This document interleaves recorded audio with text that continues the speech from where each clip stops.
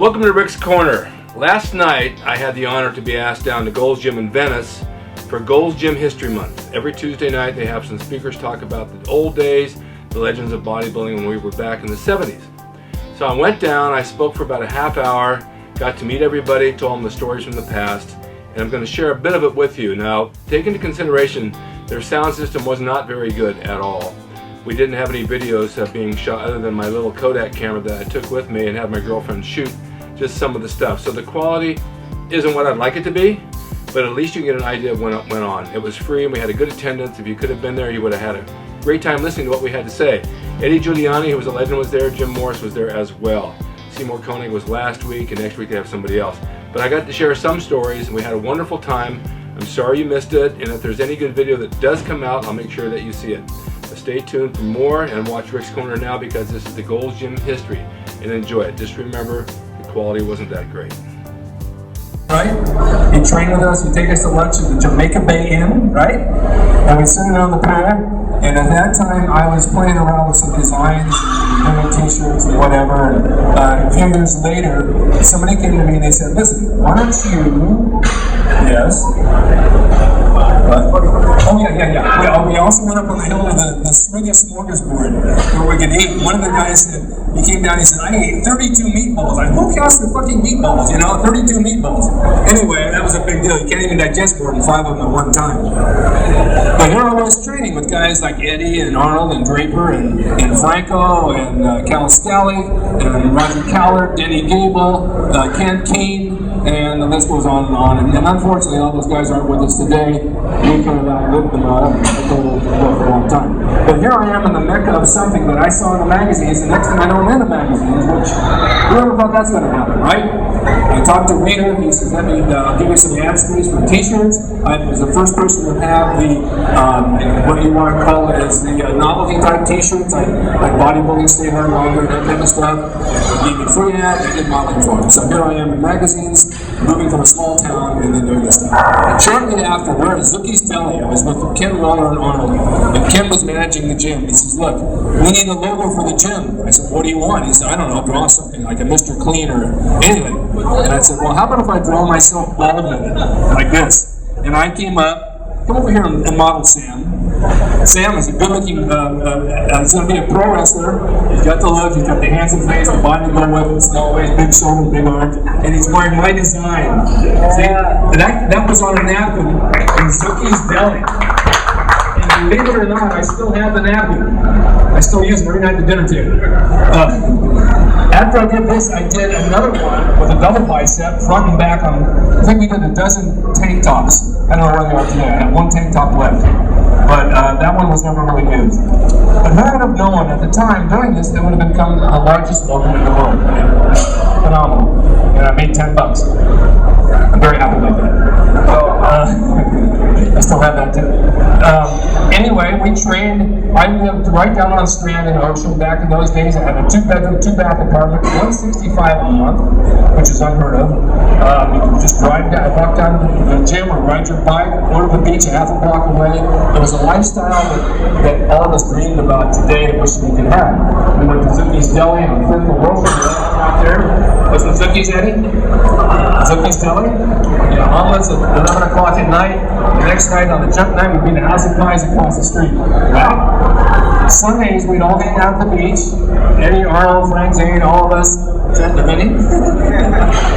Used to make ice cream for us. And it was like a family of guys. We'd just hang out down at the beach and just have a good time. 4 o'clock, 5 o'clock on a Sunday afternoon, we'd jaunt down to the marina, and it was like the happy hour. Here would come like 6 or 7 bodybuilders that were really, really big guys that were never really known in public because the public then was all skinny. So we'd go in there and these guys would be walking around with trays of chicken legs. We'd take the whole tray and eat it because that was our appetizer before dinner. Free food, you know, you gotta have free food. And never know, those days it was great. So this type of camaraderie and friendship in the gym, you don't see people come and go, they don't hang out together, there's really no jealousy, there's no backstabbing, just a lot of fun.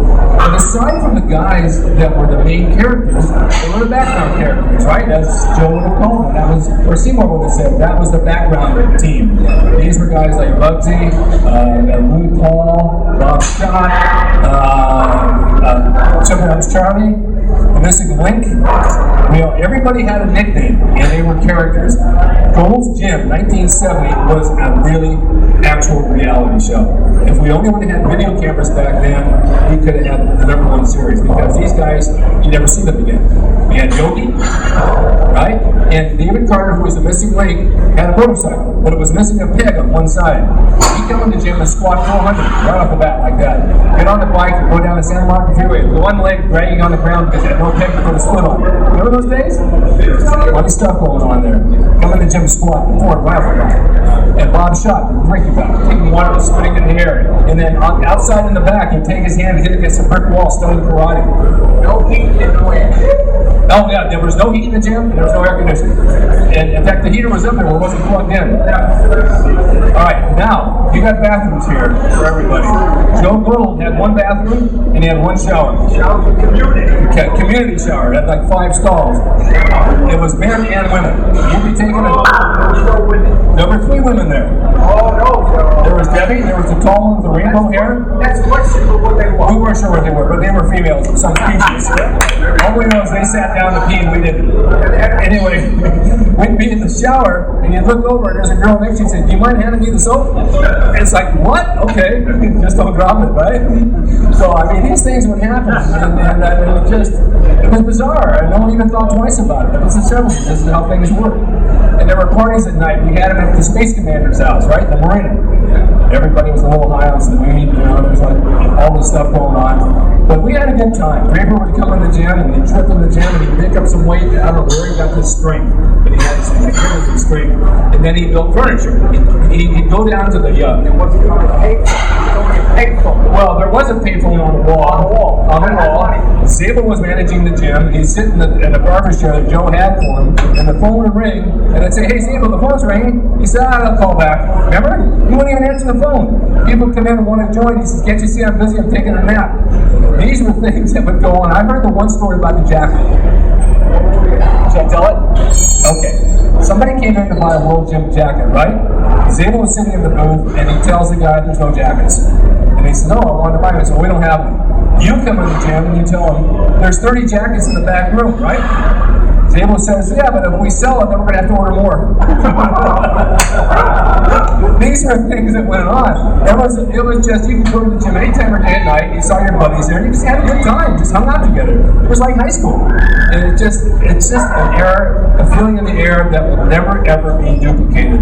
Dave Draper built furniture, and I think Eddie still has the furniture, the tables and chairs. He'd go down to the Ocean Park here that had caught fire and work down and bring these pilings home like Tom Thumb, carrying them down the street, telephone poles. And he would flip around and carve tables and chairs out. Nobody can lift that stuff. I remember we came to your house, there were 5 of us, and moved it next door, and there took 5 of us to move it. Your wife said he brought it over by himself. He lifted it by himself. Amazing strength, just amazing strength. It's just time goes, I'm like almost 40 now, and I like to think that anyway. And those days are gone, and it's new days, and there's new injuries, and we all suffer. I mean, I spent 40-something years pro wrestling while they were bodybuilding for shows, but we all trained together. I said, I can't make any money in bodybuilding. I got 5 trophies in my garage with broken heads, but I had money for the wrestling at night, locally on Channel 5. So it was just an era that I'll never forget. And here we are down here in Venice again today, breathing the same air that we breathed like 40, 50 years ago. And it brings back all those memories. It was just a great time in my life. And seeing people like Eddie again after all these years, what a wonderful man. It just really, really fills my heart with joy to be able to be part of Gold's Gym and what it is today. And so I just want to thank you guys for letting me speak, because there's no end to what I can tell you. I could go up here for two more hours. If there's any questions, I'd be happy to answer them if I can. But it was a great time back then. Okay? Thank you very much. Around the next minute or two. If you don't see me here, you'll catch me at the firehouse.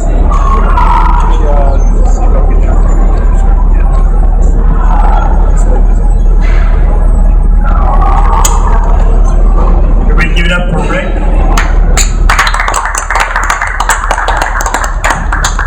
Rick, please have a seat. Jim, please. Well, here?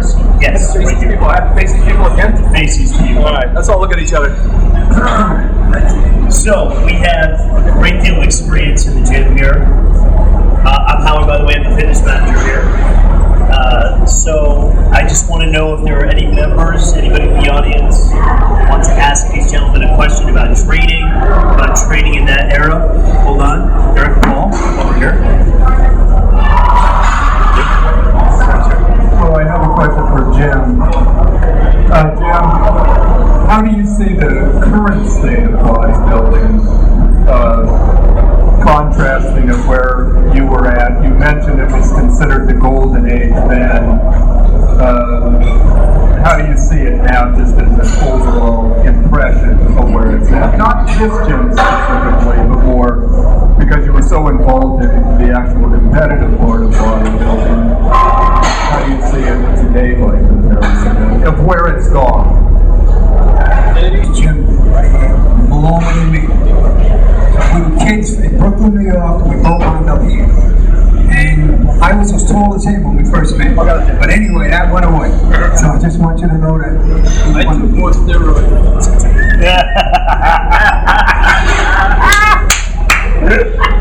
Two kids from Brooklyn. What's wrong with this bio already?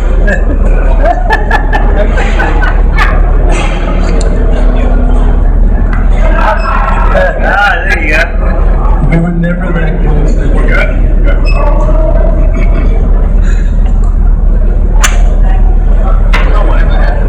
To your question.